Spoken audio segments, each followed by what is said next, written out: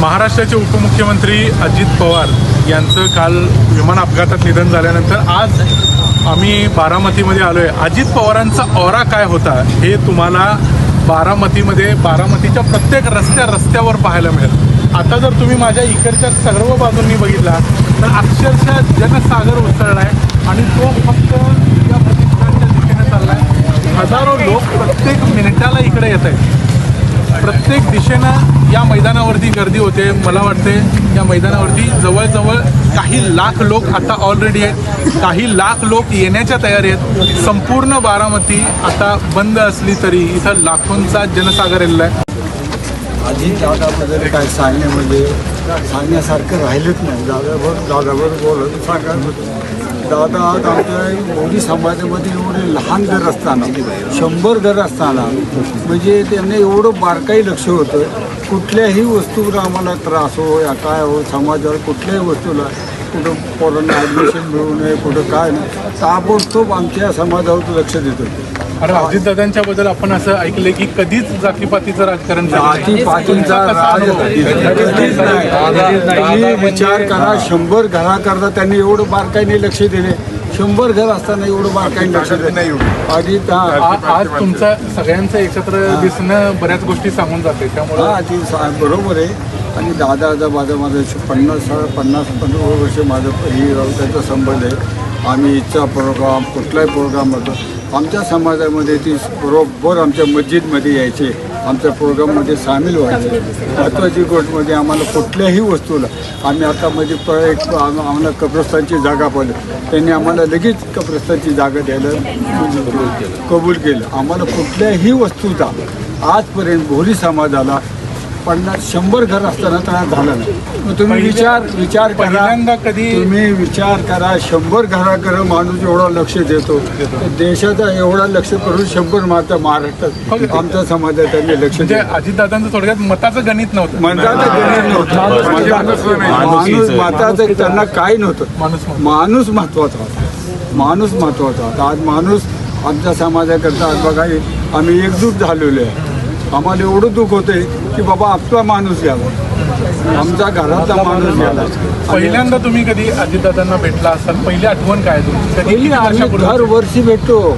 दरवर्षी इच्छा प्रोग्राममध्ये आम्ही सगळे भोरी समाजाचा इच्छा प्रोग्राम करतो. त्या इच्छा प्रोग्राममध्ये आमच्या तिथे दादा येतात, मस्जिदमध्ये येतात, आमच्या घरी येतात, आवर्जून येतात. असं नाही आले तर दादा स्वतः म्हणतात बाबा यावेळीला बोलवलं. म्हणजे त्यांची एवढी स्मरणशक्ती होती.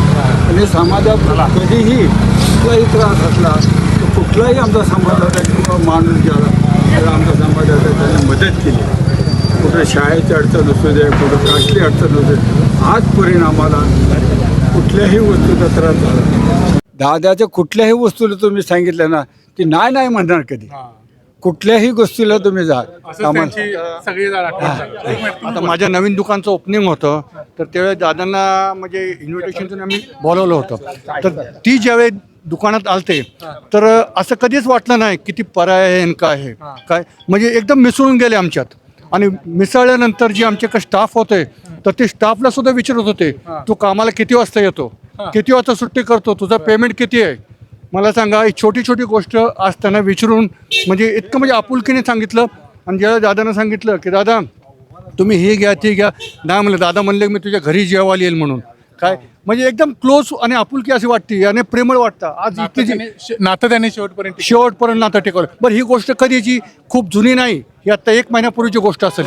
हो तेच ना. आणि ही जी सगळी आज पब्लिक आहे आज मला सांगा कोण कोणासाठी एवढं करत आहे. म्हणजे ती मनुष्य जी होते त्या आत्ता कधीच आता होऊ शकणार नाही असले मनुष्य. आपल्या सोबत एक अजित पवारांचे चाहते आहेत, त्यांना विचारूया त्यांची प्रतिक्रिया काय आहे, त्यांना काय कसं वाटलं तुम्हाला पहिल्यांदा ऐकल्यानंतर. दादांच्या खूप दुःख झालेले.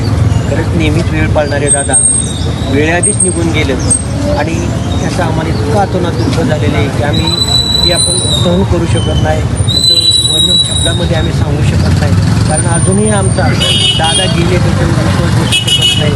एवढं दादांवर आमचं प्रेम होतं, दादांचं देखील आमच्यावर खूप प्रेम होतं. दादा नेहमीच या बारामतीकरांच्याच पाठीशी असायचे.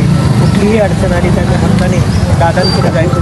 दादा आपुलकीनं चौकशी करायचे, आपुलकीनं पाहायचे आणि आमची जी काय मागणं असेल गारमेंटची ती नेहमी दादा ऐकायचे. दादांचं जाणं हे आमच्या दृष्टिकोनातून खूप खूप दुःखदायक आहे की कधी कधी भेटला तुम्ही पहिल्यांदा दादांना कधी भेटलेलं? किती वर्ष झाली? आम्ही नेहमीच दादांना भेटतो. पहिली भेट सांगा तुम्ही. पहिली भेट माझी साधारणतः 2012 झालेली होती. कारण दादा नेहमीच आमच्याकडे बारामतीत येतात. त्यांची प्रत्यक्ष भेट होणं एवढं आमच्यासाठी फार महत्त्वाचं नव्हतं, परंतु ते दिसले तरी आम्हाला आम्ही भेटल्यासारखं वाटत होतं. एवढं आमचं आणि दादांचं या बारामतीकरांचे नातं निर्माण झालेलं होतं. दादांचं हे अकाली जाणं आमच्यासाठी सहन न होण्यापलीकडचं दुःख आहे. धन्यवाद.